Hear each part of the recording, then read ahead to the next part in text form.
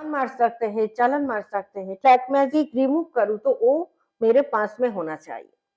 क्योंकि दूर हुँ, से खराब तो हो सकता है, लेकिन ओह! भला नहीं हो सकता। ब्लैक मैजिक बहुत हो तो भूत पिशाच होते हैं, ये क्या डिफरेंट तरह के होते हैं?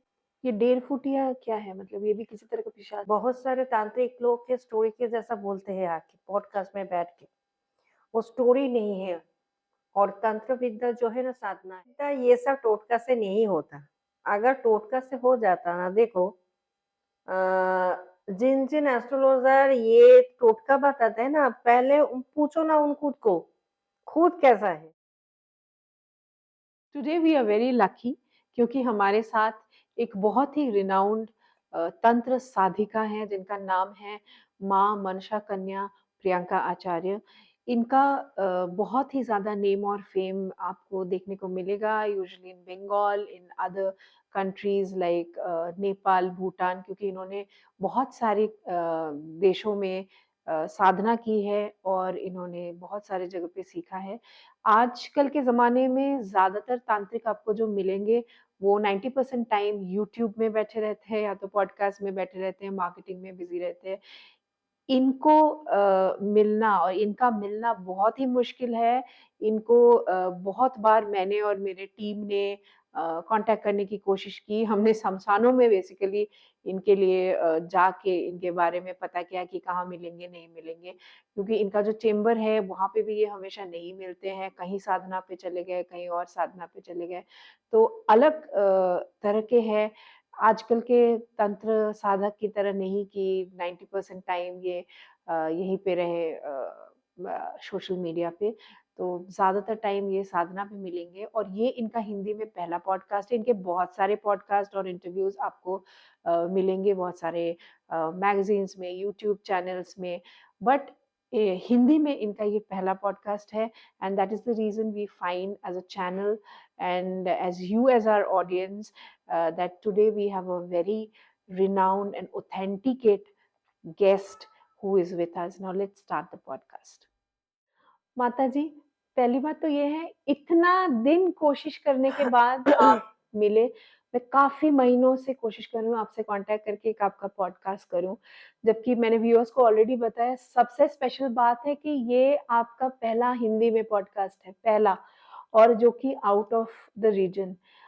मैंने और मेरे टीम ने बहुत बार आपको कॉन्टैक्ट करने की कोशिश करी है। कभी आप कोई तिबेटियन तंत्र के वर्कशॉप में हैं, कभी आप कहीं ट्रैवल कर रहे हैं, कुछ और साधना कर रहे हैं, मतलब मिलना ही आपका इतना मुश्किल है। तो मैं बहुत आभारी हूँ आपका कि आप हमारे शो पे आए, हमारे चैनल पे आए। तो मेरा सवाल आपसे ये है या दर्शक जो जानना चाहते हैं मेनली आपके बारे में, आपने कैसे अपनी जर्नी शुरू करी? देखिए, पहले बात तो है मैं बंगाली घराना की हूँ। हिंदी इतनी मेरा स्ट्रॉन्ग नहीं है, ठीक है? फिर भी कोशिश कर रही हूँ हिंदी में। हाँ, मेरा पहला पॉडकास्ट है हिंदी में ये। तो जब मैं बहुत छोटी थी पहला जो मेरा दीक्षा हुआ था, वो मेरा 9 साल का थी मैं। अच्छा, तो तब थोड़ा-थोड़ा करके भगवान के ऊपर विश्वास और मेरा फैमिली में ना दुर्गा पूजा होता है, बहुत बढ़िया अच्छा, से। दुर्गा पूजा होता है और मेरा जो कुल देवी है, माँ मनसा, माँ का भी बहुत बढ़िया से पूजा-पाठ होते थे। तो घर से कल्चर तो है मेरा पूजा-पाठ का।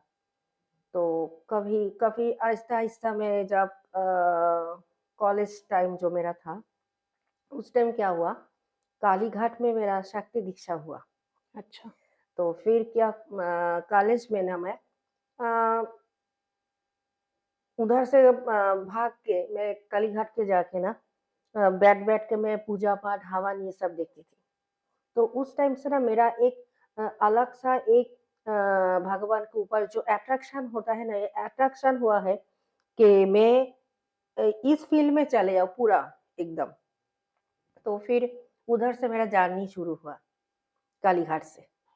अच्छा, अच्छा। तो अभी आप तो काफ़ी दिनों से इस फ़ील्ड में हैं, बहुत आपने ट्रैवल किया है, बहुत सारे शमशानों में भी आपने साधना किया है। थोड़ा आप कुछ बताना हाँ। चाहेंगे क्या कितना साधना आपने कहाँ किया है, क्या किया है थोड़ा बहुत? अ, 12 से 13 साल के ज़्यादा हो गए ये साधना। पहले जब मैं शमशान में साधना किए, पहले दिन मेरा जो थे वो मेमोरेबल है आज भी मेरे लिए। क्योंकि गुरुजी से परमिशन लेकर हम तो चले तो गए शमशान, लेकिन मुझे ना तब जो टेक्निक होता है ना बैठने का और क्या-क्या करना पड़ता है, ये सब मुझे एकदम मालूम नहीं था। तो पहले दिन मैं शमशान में जाके जब मेरा जो जो आसन है, ठीक है? वो बैठ के कुछ मेडिटेशन करना चाहते तो ना तब एक अलग-सा एक महसूस हुआ कि अ, कोई तो है जो मुझे देख रहा है उधर से और तभी ना एक घबराहट होती है ना, वो होकर ना मैं उस दिन चले गए उधर से उठकर। अच्छा, फिर अ, फिर मैं गुरुजी को कॉल की, जे गुरुजी ये बात है कुछ घबराहट हो रही है मन में। तो तब गुरुजी ने बोला, "देख ये जो शमशान का जो साधना होती है ना, ये एक दिन का नहीं है, तो आहिस्ता-आहिस्ता करके वो ठीक हो जाएगा। लेकिन तुझे रोज़ जाना पड़ेगा उधर और एक ही टाइम होना चाहिए शमशान में जाने का।"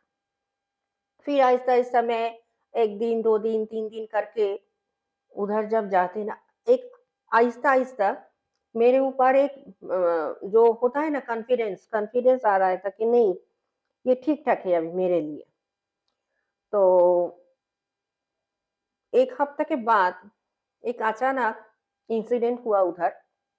मैं उधर मेरा जो आसन है उधर मैं बैठ के मेरा जो जॉब वगैरह है दस महाविद्या का जो देवियाँ है, गुरु जब जो है वो करके ना तो अचानक देखा कि सामने एक बुड्ढा सा कोई मेरे सामने खड़े होकर ना मुझे देख रहा है।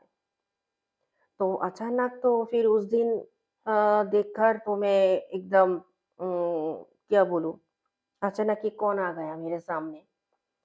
लेकिन कुछ देर बाद ना वो एकदम गायब हो गए। तो वो देखकर ना मैं बहुत हैरान हो गई कि अभी था, अभी किधर चले गए ये? हुँ। तो फिर उस दिन के बाद फिर गुरुजी से मैं जब बोला कि गुरुजी आज ना ये हुआ है। तो तब गुरुजी थोड़ा मुस्कुरा के बोला कि नहीं बेटी ऐसा ही होता है लेकिन तू डेली रोज जो तू जो जाके उधर जब बैठ के जो अपना जो साधना जो तोरा तेरा जो शुरू हुआ है ना वो कंटिन्यू कर वो आहिस्ता आहिस्ता करके ठीक हो जाएगा फिर उसी दिन से ना एक जो इंटरेस्ट होता है ना एक ग्रो वो करके आज आज तो मैं शमशान प्रेत साधना, चिता साधना ये सब अभी हाँ, कंटिन्यू है। तो हमने देखा है ज़्यादातर लोग जो तंत्र साधना करते हैं, वो एक ही जगह पे या एक ही श्मशान में करते हैं। आप तो इतने सारे बहुत सारे श्मशानों में आप जा चुके हैं और बुद्धिस्ट तंत्र, तिबेटियन तंत्र हिंदुइज़्म में भी जो है ये सीख है। तो इतना इतना आप ट्रैवल करते हैं, इतना कैसा लगता है आपको? देखो, एक ही शमशान में बैठना ये ज़रूरी नहीं है। जो साधक है, वो किसी भी जहाँ पे भी वो शमशान मिलेगा ना, वो बैठ जाएगा जाके। अच्छा, एक ही शमशान में जाके बैठना होता है, वही शमशान में साधना होती है, ऐसा बात नहीं है। हर जगह मैं अगर चाहूँ कि हम कहाँ पे जहाँ भी हूँ, उधर एक शमशान है, तो मैं जाके उधर बैठ जाऊँगी और मेरा जो उधर जो कर्म है, वो मैं करूँगी बैठ के। अच्छा। ज़रूरी नहीं है कि एक ही शमशान में मैं रोज़ जाऊँ, उधर बैठ अच्छा, तो आप दश महाविद्या की साधना भी मतलब कहीं भी कर सकते हैं या तो आजकल हम देखते हैं इतना ज़्यादा ये हो गया ब्लैक मैजिक किसी ने किसी पे कुछ कर दिया, कुछ कर दिया। तो ये लोग घरों में भी दश महाविद्या की पूजा करा सकते हैं, उससे कुछ फ़र्क पड़ता है? देखो, दश महाविद्या का जो पूजा होता है, थोड़ा अलग टाइप का क्योंकि ये पूरा तंत्र विद्या है, ठीक है? ये तो हर किसी के लिए नहीं है ये विद्या। पहले दीक्षा होती है, फिर पुण्याभिषेक होता है। पुण्याभिषेक के बाद बहुत सारे आचार होता है। ये सब जब स्टेज जब आएगा, फिर वो साधक ये दस महाविद्या जो है, ये दस महाविद्या का साधना वो कर सकता है। और अच्छा, दश महाविद्या का जो 10 देवियाँ है, उसमें जो धूमावती माई है, धुआंबती माई से आप लोगों का खराब भी कर सकते हो, लोगों का भला भी कर सकते हो। अच्छा, भला भी हो सकता है तंत्र से, हाँ, कि एकदम। किसी ने मुझ पे कुछ कर दिया, उसकी अल्टरेशन या उसके लिए कोई उपाय, ये हाँ, भी तंत्र से। एकदम, एकदम। तंत्र से अगर किसी का बुरा हो सकता है, तो किसी का भला भी हो सकता है तंत्र से। ये दश महाविद्या जो है, वो जो धूमावती माई है, तो देखो ये तो शमशान का देवी है। और ये जो देवी है, अगर मानो कि आपका बहुत सारे शत्रु है, आपके ऊपर बहुत सारे ब्लैक मैजिक ऑलरेडी वो किया है। तो ये दस महाविद्या का जो देवी है धूमावती, उसका अगर तुम चाहो कि धूमावती का प्रयोग करके तुम्हारा कुछ गुड इफेक्ट्स आप लेना चाहते हो, तो वो भी तुम ले सकते हो। अगर तुम मानो कि किसी के ऊपर तुम ब्लैक मैजिक करोगे, वो भी तुम कर सकते हो। अच्छा, हट अच्छा बुरा दोनों ही हो हाँ, जाएगा तंत्र से। दोनों ही होता है। एक जो प्रयोग है ना, कि हम किसी के ऊपर ब्लैक मैजिक करें, ठीक? अगर तुम चाहते हो कि किसी के ऊपर हम ब्लैक मैजिक करें, तो उसका पहले जो फ़ोटो वगैरह है, उस वो सब होना ज़रूरी है। और हम चाहे कि इधर से बैठ के अगर मानो कि तुम विदेश में जाके कहाँ पे तुम छुपा हो बैठ के, हुँ। हम इधर से तुम्हें वो जो बाँध द्वारा जो चालन कर होता है ना, तो चालन के द्वारा हम तुम्हारे ऊपर ब्लैक मैजिक कर सकते हैं। अच्छा, और ये किसी ने अगर किसी पे ब्लैक मैजिक किया है, ब्लैक मैजिक का प्रयोग किया है, सोचिए डिस्टेंस बहुत ज़्यादा है, डिस्टेंस ज़्यादा से भी कर सकते हैं। हाँ, मैं यहाँ से हाँ, बैठ के ऑस्ट्रेलिया में, एकदम, एकदम। और अगर किसी ने मेरे ऊपर किया है इतना डिस्टेंस से, उसका अल्टरेशन मतलब उसको ठीक भी किया जा सकता है दूर से? एकदम ठीक भी किया जाता है, लेकिन अगर तुम मानो कि तुम ब्लैक मैजिक को रिमूव करना चाहते हो, तो वो ज़रूरी है कि मैं जिनके ब्लैक मैजिक रिमूव करूँ, तो वो मेरे पास में होना चाहिए।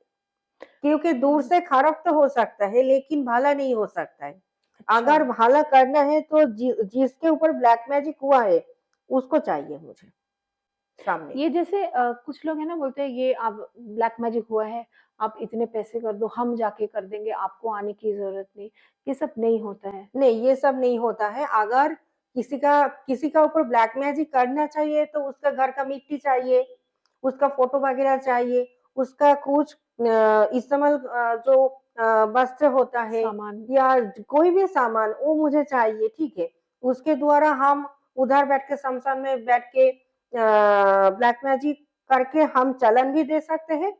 और अगर मानो कि तुम वो जो ब्लैक मैजिक तुम्हारे ऊपर ऑलरेडी हुआ है, उसको तुम रिमूव करना चाहते हो, तो तुम्हें मेरे पास बैठना होगा हवन में। अच्छा, दूर से रिमूव नहीं होता है बैठ के। अगर तुम्हें रिमूव करना है, तो तुम्हें सामने बैठना पड़ेगा, और दूर से हम चालान मार सकते हैं। अच्छा। बाण मार सकते हैं, चालान मार सकते हैं, ठीक है? क्योंकि देखो, ये जो बुरा जो ये जो ब्लैक मैजिक है, तो ब्लैक मैजिक हम अगर मानो कि हमारा इष्ट धुआंबूती है, कि अगर मानो मेरा इष्ट बगलामुखी है, ठीक है? तो कुछ-कुछ देवी है, जिसके द्वारा हम चालन कर सकते हैं। कुछ-कुछ देवियाँ हैं, जिसके द्वारा हम तुम्हारे लिए कुछ हवन पाठ, कुछ पूजा है, कुछ सिस्टम है, उस द्वारा से तुम्हारा ये जो ब्लैक मैजिक है, वो हम रिमूव कर सकते हैं। मानो कि तुम्हारा घर में कोई प्रॉब्लम है, तुम्हारा वास्तु में कोई प्रॉब्लम है, बाहर से तुम्हारा कोई जो शत्रु है, तुम्हारे पास कुछ वो चालान कुछ भेजा है। कुछ-कुछ लोग तो करते हैं ना ब्लैक मैजिक के बाण बाण मारते हैं, बाण, ज्वाला बाण होते हैं, ठीक हुँ। है? वो आपके रक्तबान होते हैं, हाँ, बहुत सारा बान होता है, वो भी हुँ। रिमूव हो सकते हैं। वो भी रिमूव हो सकता है, अगर तुम चाहो कि तुम्हारा घर में कोई कुछ कर दिया है, तो तुम्हारे घर में बैठ के ही वो काम रिमूव हो जाएगा। अच्छा, अच्छा। अच्छा, आजकल ये जो कहते हैं वशीकरण कर लिया, मतलब उसका लवर कहीं चला गया, पति कहीं चला गया, वशीकरण से 3 दिन में वापस आ जाएगा। ये सब क्या एक्चुअल में पॉसिबल है? नहीं, वशीकरण में एक्चुअल ये वशीकरण में पॉसिबल नहीं है, क्योंकि वशीकरण, उच्चाटन, विद्वेषण, विच्छेद, हाँ, ये सारे जो षटकर्म है ना, ये षटकर्म होता है पंच तत्व के ऊपर। अच्छा। ये जो प्रेत साधक होता है, प्रेत साधना जो साधक करता है, प्रेत साधना के ऊपर ये डिपेंड करता है। जो प्रेत गुरु होता है ना, वो प्रेत साधना के द्वारा वो पहले ये जो पंच तत्व है, उनको ये मालूम होना चाहिए। क्योंकि अगर मानो कि हम किसी के ऊपर वशीकरण करना चाहते हैं, किसी के ऊपर हम उच्चाटन करना चाहते हैं, किसी के ऊपर हम विद्वेषण करना चाहते हैं, या मानो किसी के साथ किसी का बहुत अच्छा रिलेशन है, वो ब्रेकअप करना पड़ेगा। तो ये सारे जो विद्या है, सारे काम ना, ये पंचतत्व के ऊपर डिपेंड करता है। हुँ। ठीक है? ये कुछ-कुछ स्पेसिफिक तत्व है, उनके ऊपर, और जो साधक है, कौन-कौन इष्ट है उनके पास है, ये सारी चीज़ डिपेंड करता है कि वशीकरण, विद्वेषण या उच्चाटन होगा या नहीं होगा। और ये 3 दिन में कभी भी नहीं होगा है। 3 दिन में कोई सत्कर्म नहीं होता है, अच्छा, वशीकरण भी नहीं होता है 3 दिन में, ये सब में टाइम लगता है। टाइम लगता है, कम से कम 90 डेज़ लग ही जाता है, कोई भी सत्कर्म के ऊपर। और जिनके पास ये प्रेत है या ये इष्ट है, वो कर सकते हैं? प्रेत है या इष्ट है, जो भी है, हम अगर किसी के ऊपर वशीकरण करेंगे ना, तो वो भी 90 डेज़ लग ही जाएगा। ये अच्छा, 3 दिन का मैटर नहीं है, ये तो 3 दिन में वशीकरण, 3 दिन में वशीकरण, 5 मिनट में वशीकरण, किसी टोटका जो होता है ना, टोटका के ऊपर वशीकरण, ये सब गलत है, ये सब नहीं होता है। अच्छा ये जो भूत-पिशाच होते हैं, ये क्या डिफरेंट तरह के होते हैं? मतलब अलग-अलग हाँ, ये सब डिफरेंट है। भूत एक भूत, प्रेत, पिशाच, देरपुटिया, ये अच्छा, सब अलग-अलग है सब। ये डेढ़-फुटिया क्या है? मतलब ये भी किसी तरह का पिशाच है? नहीं, पिशाच नहीं है, देरपुटिया है ना, जब मानो कि छोटा बच्चा, ठीक है, कोई दुर्घटना से चले गए हैं, ठीक है, या उम्र से पहले जो उसको रहना चाहिए, उम्र से पहले वो चले गए हैं, तो उसका जो मृत्यु होता है ना, उसके ऊपर डिपेंड करता है, वो मरने के बाद क्या-क्या हरकतें करेगा। अच्छा, अगर मानो कोई बच्चा बहुत नॉटी है, तो क्या करेगा वो? वो बहुत चंचल है, तो क्या करेगा? वो तो चले तो गए, लेकिन उसका फीलिंग नहीं है, वो अभी नहीं है। तो वो तो जब वो अ, जो-जो करता है, तो उसका जो हैबिट, उसका जो हैबिट, वो तो वही करेगा ना, वो मरने के बाद भी करेगा वो। 1.5 फुट या होता है, साइज़ है तुम्हारा 1 फुट, 1 फुट का होता है वो। अच्छा। बांग्लादेश में बहुत सारे मिलता है ये। बांग्लादेश का बहुत सारे केसेस होता है ना, उनमें 1.5 फुटिया का हरकतें होता है। आपका कोई एक्सपीरियंस है ये लेके? बांग्लादेश का बहुत सारे क्लाइंट लोग हैं जिनके घर में 1.5 फुटिया का बहुत सारे प्रॉब्लम है। वो क्या करता है, मानो उनका किचन में कुछ खाना है, ठीक है।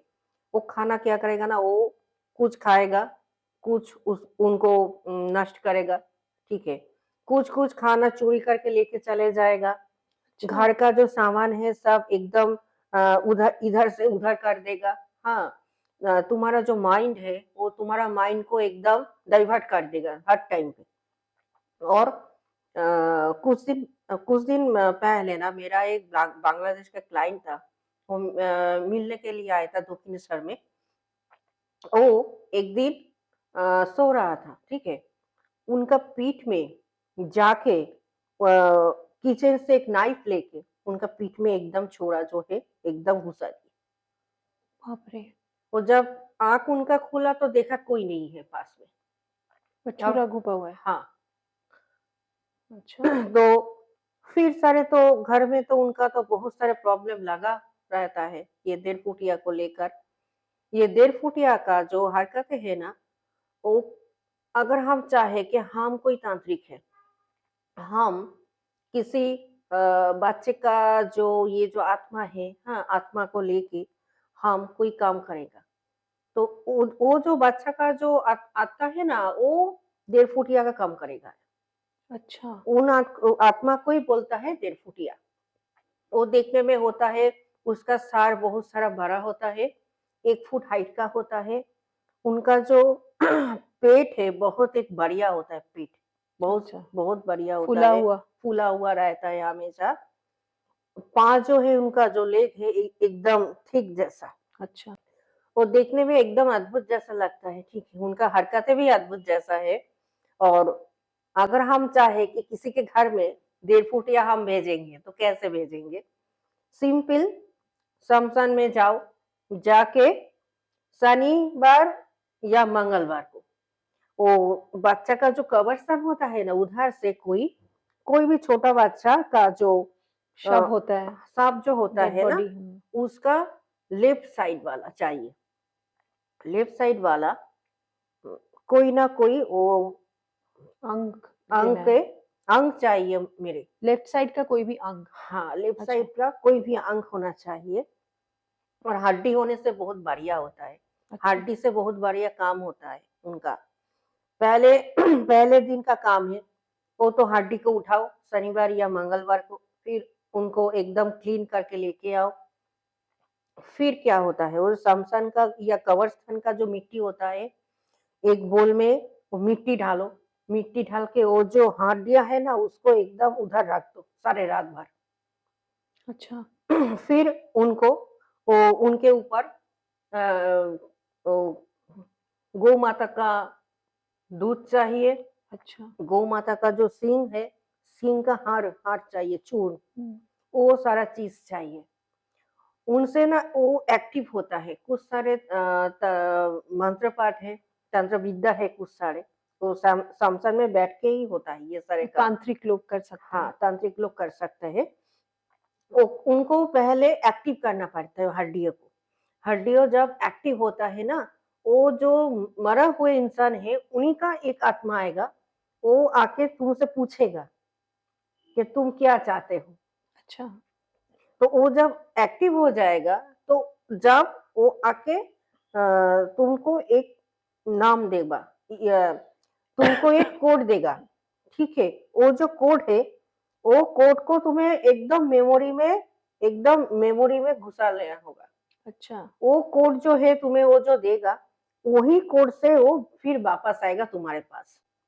तो प्रेत कोड देता है और फिर उस कोड को आप अप्लाई करके हाँ। बेसिकली ये जिस बच्चे का जो आत्मा है उसको आपने तो ये अगर किसी के घर पे है, तो किसी ने कुछ किया होगा कि अपने आप भी आ सकता है? नहीं, किसी ने कुछ किया है, वो तो अपने आप नहीं आता है ना।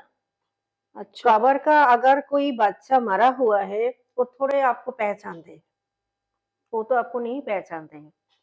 अगर हम चाहे कि किसी के घर में हम वो चालान करेगा, तो हम कर सकते हैं ना। वो जो कोड है, कोड दे के उनको बुलाएँगे, बुला के हमारा पास में जो हम जो चाहते हैं, जे तुम जाओ, जाके ये सारे काम करो, तुम जाओ, जाके उनका घर में जाके प्रॉब्लम क्रिएट करो, परेशान करो लोगों को परेशान करो, बेसिकली। तो ये सब करेगा वो जाके फिर। और किसी के ऊपर ऐसा हुआ है, तो क्या उ उसको रिमूव भी कर सकते हाँ, हैं? रिमूव भी कर सकते हैं ना। वो जो प्रेत साधक है, प्रेत साधक कर सकता है एकदम, एकदम सिंपल काम है। वो शमशान में बैठ के ही कर देगा। अच्छा। अच्छा, ये जो आप इतना ट्रैवल करते हैं नेपाल, भूटान और अलग-अलग देशों में, आपके बहुत सारे क्लाइंट फ़ॉरेन से भी हैं।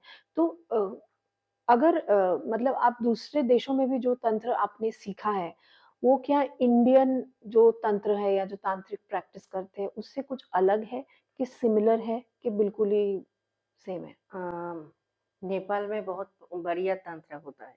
अच्छा, और नेपाल का जो तंत्र होता है ना, वो हमारा दसों महाविद्या से तारा देवी का है। तारा देवी को लेकर नेपाल में बहुत सारे तंत्र होता है। और ये जो तंत्र विद्या है ना, लोगों को भलाई करने के लिए है। क्योंकि ये सब जो ब्लैक मैजिक का जो हरकतें हैं ना, इनको ये जो रिमूव का जो काम होता है, ये तिबेटियन जो तारा है, तिबेटियन तारा बहुत हेल्पफुल है, क्योंकि तिबेटियन तारा में ना ब्लैक तारा होता है। ब्लैक तारा का काम है, ये सारे जो ब्लैक मैजिक है, ये सारे जो हरकत वाले जो काम है, इनको रिमूव करना। और इनका जो स्टाइल है, बंगाल का रिचुअल और नेपाल का रिचुअल थोड़ा अलग जैसा है। क्योंकि देखो हम बंगाल में हम लोग जो बामाचारी है, बामाचारी का जो पूजा का जो रिचुअल जो सामान हमारा लगता है ना, और नेपाल का जो सामान लगता है पूजा सामग्री एकदम डिफरेंट वाला है। क्योंकि वो लोग करते हैं क्या, तारा के ऊपर बेस करते हैं, और उनका जो पूजा होता है ना एकदम वेज का। अच्छा, और हमारा बंगाल में जो पूजा होता है ये है एकदम नॉन वेज का। तारा तो है एक देवी, दस महाविद्या का देवी, लेकिन नेपाल का जो साधक लोग है तारा के यूज करते हैं वेज के ऊपर। अच्छा, जो ऑफरिंग करते हैं ना वो अपना फ्रूट्स ऑफर करते हैं, ठीक है, परफ्यूम ऑफर करते हैं, और बहुत सारे फ्लावर्स ऑफर करते हैं। नेपाल का जो ऑफरिंग का जो स्टाइल है वो थोड़ा अलग है, लेकिन हमारा बंगाल में जो तारा का जो ऑफरिंग है वो थोड़ा अलग है। क्योंकि इधर में ना पंच महाविद्या का जो होता है ना वो आपका पंचमाह का जो प्रयोग है ना वो आपका मछली वगैरह, ठीक है, मछली, हुँ। मांस, ठीक है, मदिरा, ये सब जो है ना नॉन वेजिटेरियन वाला जो आइटम है सारे, ये सारे चीज़ों लगता है हमारा बंगाल में तंत्र विद्या का। अच्छा, अच्छा। तो ये लोग जो कहते हैं ना इसने ब्लैक मैजिक आज कुछ भी होता है लोग बोलते हैं मुझे ब्लैक मैजिक हो गया, वो हो गया। मतलब है ऑफ़ कोर्स ये फैक्ट कि होता है, बट इतना ईज़ी है कोई भी किसी पे ब्लैक मैजिक कर रहा है या मतलब एकदम ही मतलब 1000, 2000, 5000, 10,000 में हो जाता है?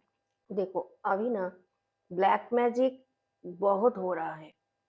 कभी अभी ब्लैक मैजिक का बहुत प्रॉब्लम मेरे पास आता है, ब्लैक मैजिक का प्रॉब्लम लेके। किसी के ऊपर के किसी ने बान बान प्रयोग किया है, किसी के ऊपर किसी का घर में कोई चालान कर दिया है, किसी का फाइनेंस खराब कर दिया है, किसी का रिलेशन खराब हो गए हैं।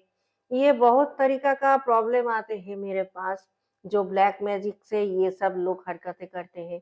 और इनको रिमूव रिमूव भी किया जाता है, क्योंकि देखो तंत्र विद्या जो है ना उनको हम चाहे तो उनका गुड इफेक्ट्स भी ले सकते हैं, और हम चाहे उनका बैड इफेक्ट्स भी लेना चाहते हैं, तो ना दोनों ही इफेक्ट्स होता है तंत्र विद्या में। अभी देखो वो तो साधक के ऊपर डिपेंड करता है कौन साधक कैसा है, लेकिन ये ज़रूरी नहीं है कि हर जो तांत्रिक लोग हैं, हमेशा बुरा काम ही करता है। और जो बुरा काम करता है, उनका काम है बुरा काम करना, और जिन साधक हर टाइम कुछ पॉजिटिव वाइब्स के लिए काम करता है, नेगेटिव रिमूव के लिए काम करता है, वो साधक हर टाइम रिमूव करने का ही काम करेगा। वो कभी किसी के ऊपर बुरा नहीं अप्लाई करेगा। तो पॉज़िटिव मतलब क्या सोचिए आज मेरा बिज़नेस अच्छा नहीं चल रहा है, तो क्या करते हैं हम यूजुअली कुछ मंत्र जाप करते हैं, सात्विक पूजा करते हैं।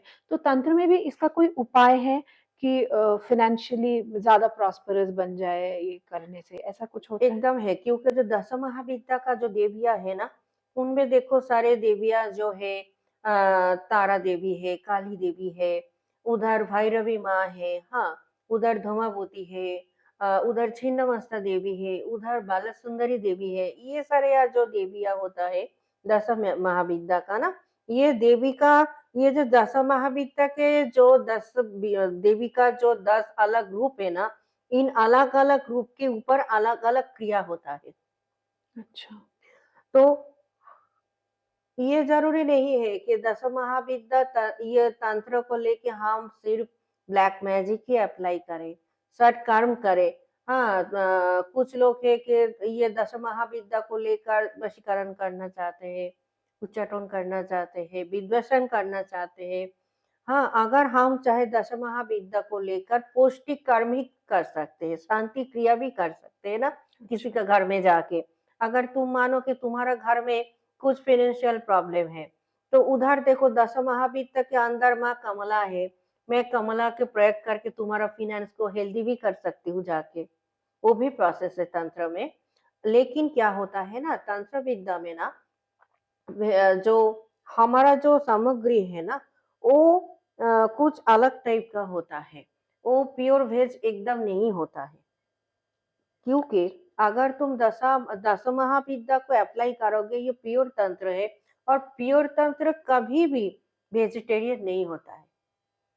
अच्छा, मतलब इंडियन इसमें नहीं होता है बट नहीं, नेपाल के तंत्र में फिर नेपाल भी। में तो एक ही देवी को माना जाता है, तारा।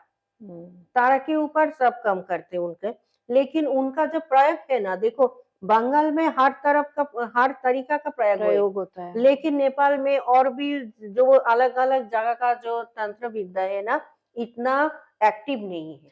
अच्छा जो मैंने पहले भी आपसे सवाल किया वशीकरण ये जो लोग कहते हैं 3 दिन में हो जाएगा, 3 घंटे में हो जाएगा, तो ये आप बोल रहे हैं नहीं हो सकता, ठीक है?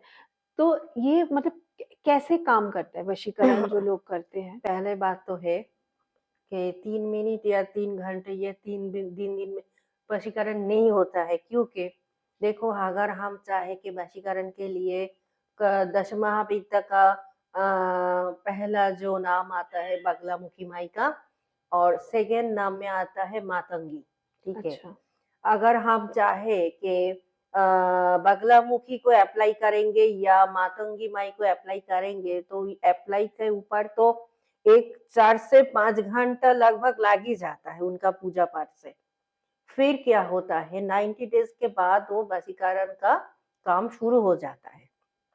और जो बगलामुखी माई का जो प्रयोग होता है ना वशीकरण में, क्या फॉर्मूला है देखो, अगर मानो तो कोई आया, आजकल तो बहुत सारे घर में क्या होता है, बीवी लोग आते हैं या बोलते हैं आके, देखो, माताजी, मेरा जो हस्बैंड है किसी के साथ भाग के चले गए हैं, या मेरे ऊपर अभी इंटरेस्टेड नहीं है, हाँ, या मेरे साथ अभी जो पहले जो बॉन्डिंग था, अभी हमारे बॉन्डिंग का ब्रेक हो गया है। और बहुत गर्लफ्रेंड बॉयफ्रेंड में भी होता हाँ, है। हाँ, होता है।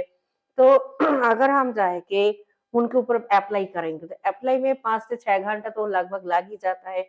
और एप्लाई कैसा होता है, हम बोलते हैं ना, तो अगर तुम्हारा बॉयफ्रेंड है या तुम्हारा बीवी है या तुम्हारा हस्बैंड है, जो भी है, उनका कुछ इस्तेमाल वाला चीज़ है मुझे चाहिए, या कपड़ा, हाँ, इस्तेमाल वाला कोई कपड़ा चाहिए, उसके ऊपर बैठकर वो मातंगी का कुछ प्रयोग होता है।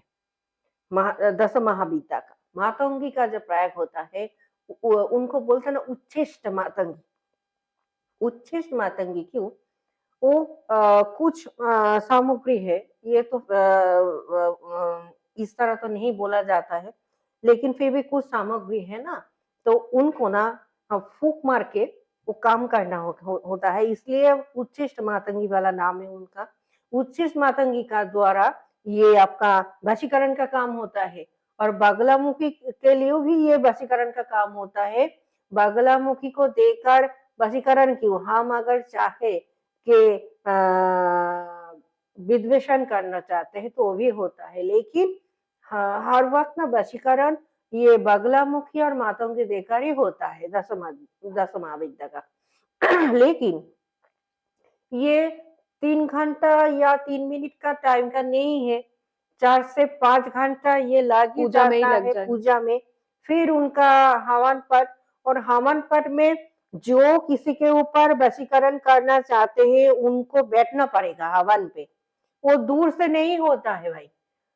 बहुत सारे लोग बोलते हैं कि हम इधर गए, हम उधर गए वशीकरण के लिए, वो तो दूर से हो गए हैं। लेकिन दूर से नहीं होता है। बैठना क्योंकि उसकी एनर्जीज़ चाहिए उस पूजा में। हाँ, अगर हम किसी को हमारे ऊपर अट्रैक्शन करना चाहे, तो हमको लगेगा भाई, वो दूर से ये सब काम नहीं होता है। आके हवन में बैठो, काम करो, और 90 डेज़ वेट करो। 90 डेज़ के अंदर कुछ भी नहीं मिलेगा रिज़ल्ट। जो सब लोग बोलते हैं 3 मिनट में, 3 घंटा में, ये एकदम फेक बातें हैं। उनमें नहीं आओ। क्योंकि बहुत सारे लोग ना पॉज़िटिव वे में भी करते हैं या तो किसी का बच्चा मैंने देखा है बहुत एडिक्टेड हो गया कुछ चीज़ से हाँ। या तो पति के साथ मतलब शादी बचाने के लिए या तो ये सब कारण से भी बहुत सारे पॉज़िटिव उसके लिए ऐसा नहीं कि हर आदमी वो लड़की मुझे पसंद है उसको वशीकरण कर नहीं, दीजिए, नहीं, ऐसा तो नहीं, नहीं ऐसा होता। ऐसा तो नहीं है ना। आपको भी प्यार होना चाहिए उससे हाँ। और ये क्या लाइफ़ लॉन्ग चलती है? देखो, ये जो बगलामुखी या मातंगी देवी का जो हवन पाठ पूजा वगैरह है ना, अगर तुम चाहो कि कोई कवच तुम पहन लो ना, तो उनको भी तो एक्टिव करना होगा। क्योंकि देखो हम आदमी लोग सब खाते हैं ना, खा के तो हम लोग एक्टिव होते हैं। अगर हम 3 दिन या 4 दिन या 5 दिन नहीं कुछ खाना-पीना छोड़ दें, तो हमारा हालत कैसा होता है? उसी तरह का ना जो कवच है, कवच का भी उसी तरह का हालत होता है ना। हुँ। उनको भी तो एक्टिव करना पड़ेगा तुम्हें, और तुम्हें तो मालूम नहीं है कि इसको एक्टिव कैसे किया जाता तो है। जब तक आप एक्टिव करते रहोगे, तब तक वो रहेगा। रिज़ल्ट जब मिलेगा आपको तब तक। नहीं चाहिए, तो आप हाँ, उसको हाँ। एक्टिव करना ये बंद सब कर दो। काम परमानेंट वाला काम नहीं है। नेगेटिव वाला काम परमानेंट का है। अगर तुम चाहो कि तुम्हारा जो नेगेटिव वाइब्रेशन है या तुम्हारे ऊपर जो भी हुआ है, उसको तुम पॉजिटिव करना चाहते हो, तो परमानेंट काम हो जाएगा। लेकिन ये जो वशीकरण वाला काम है, परमानेंट नहीं है। क्योंकि अच्छा, तू वो जो एनर्जी है ना, वो एनर्जी को, वो जो कवच है, उनको तो एक्टिव करना पड़ेगा, और तुम्हें तो नहीं मालूम है उनको कैसा एक्टिव किया जाता है। वो तो जो काम करेगा वही वो ही बताएँगे, जाने। वो जानते हैं। हाँ। अच्छा, तो ये जो मैं बहुत सारा सवाल पूछ रही हूँ क्योंकि आपका मिलना बड़ा मुश्किल है। तो आप तो लोग बहुत सारे लोग देश-विदेश से नहीं, आप मतलब कलकत्ता से बेस्ड है, तो आप हाँ। तो ट्रैवल करते हैं और आपका चेंबर भी है जहाँ पे आप हाँ, लोगों को चेम्बर भी है दक्षिणेश्वर में। हम ज़्यादा हमारे पास चेम्बर का टाइम नहीं मिलता है, इसलिए हमारा चेम्बर बहुत लिमिटेड है। वो एक ही जगह हम बैठते हैं माँ के पास दक्षिणेश्वर में, माँ भवतारिणी मंदिर, ठीक है? और क्या है ना, कुछ लैंग्वेज का भी कुछ प्रॉब्लम होता है। देखो, मैं वाला हूँ बंगाल का, ठीक है? और बंगाली जो बातें हैं वो मेरे कंफर्टेबल है, और हिंदी बातें मेरा कंफर्टेबल नहीं है। फिर भी कोशिश करती हूँ, ठीक है? कि सारे सारे जो जानकारी है, वो जानकारी सबके पास रहना चाहिए।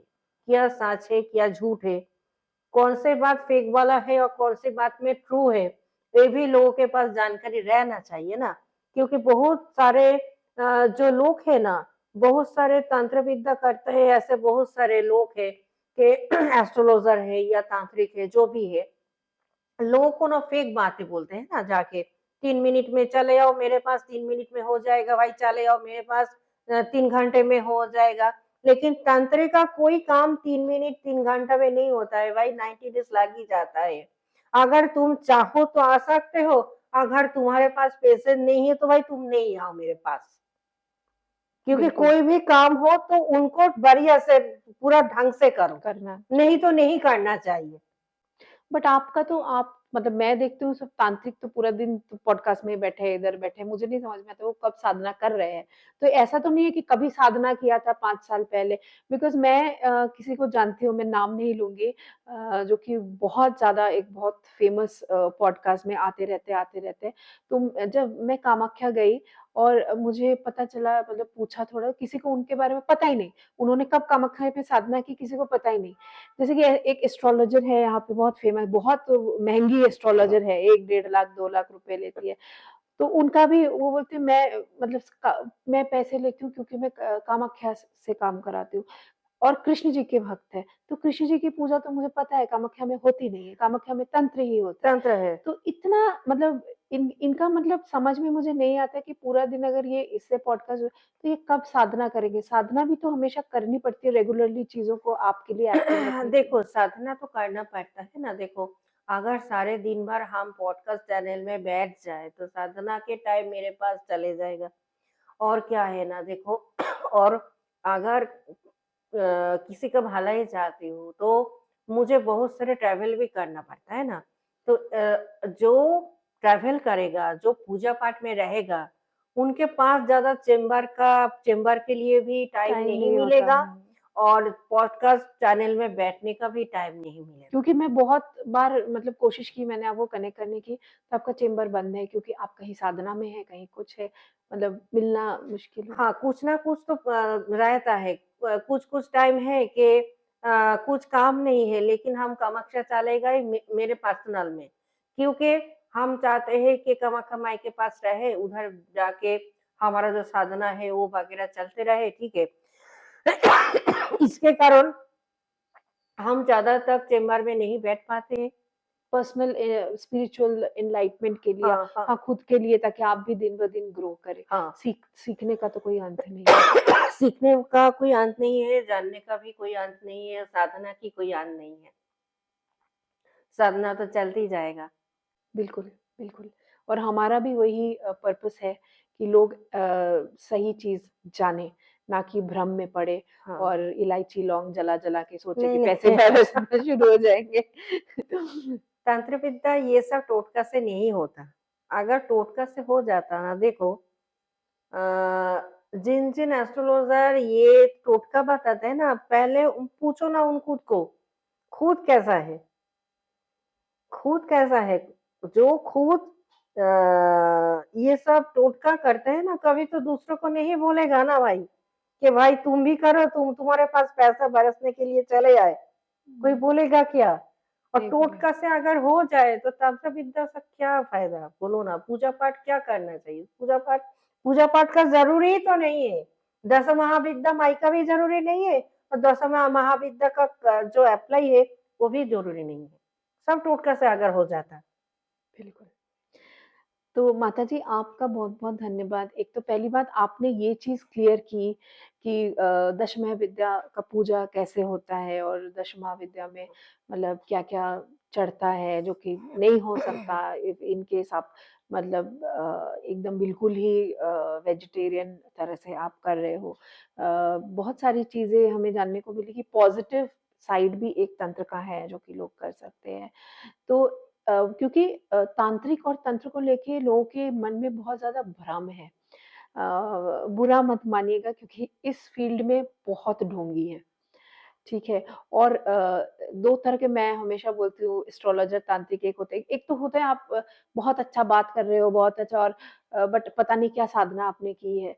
क्योंकि जब तक तंत्र अप्लाई नहीं कर पाओ तब तक वो साधना कोई कोई चीज़ मैंने सीखी है, ऑफ़िस में भी, कॉर्पोरेट में भी। मैंने कोई ट्रेनिंग ली है, मैंने कोई स्किल डेवलप किया है बट उसको इम्प्लीमेंट नहीं कर पाती हूँ, फिर तो उसका कुछ फ़ायदा है नहीं। तो आप जो हमें आए और हमें ना ये सब के बारे में थोड़ा एनलाइटन किया, इसके लिए आपका बहुत-बहुत धन्यवाद। एक तो समय आपने दिया इतना हमें। नहीं, ये बात नहीं है क्योंकि देखो तुम तंत्र की बात की इसलिए तंत्र विद्या एक ऐसी विद्या है ना कि वो स्टोरी जैसा नहीं है। बहुत सारे तांत्रिक लोग के स्टोरी के जैसा बोलते हैं आके पॉडकास्ट में बैठ के। वो स्टोरी नहीं है और तंत्र विद्या जो है ना साधना है और किसी भी साधक नहीं बोलेगा कब कहाँ से वो साधना करके आए हैं। हाँ, क्योंकि मैंने भी आपसे ये सवाल पूछा था, आपने टाल दिया बोल के कहीं भी कोई भी साधना कर सकता हाँ, है, राइट? वो कोई कोई भी नहीं बताएगा क्योंकि ये कोई भी नई नहीं एक गुप्त बताएगा। विद्या है, नहीं हाँ, बता सकते आप। आप अगर उसको बहुत ज़्यादा अपनी मार्केटिंग के लिए यूज़ कर रहे हैं बड़े-बड़े पॉडकास्ट में जाके मतलब आपको आता ही नहीं है बेसिकली कुछ। हाँ। हम प्रेत साधना किया है, हम चीतन साधना किया है, अभी करके आई हूँ। मैं कभी तो नहीं बोलूँगी ना मेरा साधना। कि मैंने कहाँ क्या, हाँ, कब कहाँ किया है। किया, कब किया, क्यों किया, हाँ, ये सारे चीज़ लोगों के सामने बैठकर स्टोरी से ऐसा बोलने वाला बात नहीं है। उससे विद्या पे भी कुछ फ़र्क पड़ता है? हाँ, एकदम बिल्कुल। तो वो क्यों चाहेगा कि मेरा कुछ नॉर्मल सा है कोई अगर टेलीकॉम कंपनी है, कोई गैस ऑयल की कंपनी है, उनका क्या ट्रेड सीक्रेट है, वो कहाँ से क्या खरीद रहे हैं, कोई थोड़ी बोलता है। थोड़ी बोलता है। मेरा पावर कहाँ से गेन होता है, मैं थोड़ी बोलूँगी किसी को जाके कि भाई ये पावर मेरे पास है, इधर से मेरा पावर गेन होता है। मैं तो कभी नहीं बोलूँगी ना। बिल्कुल, बिल्कुल। आपका बहुत-बहुत धन्यवाद। आपने इतना समय निकाला और इतने अच्छी तरह से हमें समझाया। मैं आगे भी चाहूँगी कि आपके साथ हम और पॉडकास्ट करें अलग-अलग विषयों पे जिससे लोगों को एक्चुअल में पता चले कि तंत्र एक्चुअल में है क्या? तंत्र है क्या? तंत्र विद्या है क्या? और तंत्र विद्या से क्या-क्या होता है, क्या-क्या नहीं होता है? तंत्र विद्या से अच्छा कैसा होता है और तंत्र विद्या से बुरा कैसा होता है? ये जानकारी हमेशा लोगों के पास रहना चाहिए।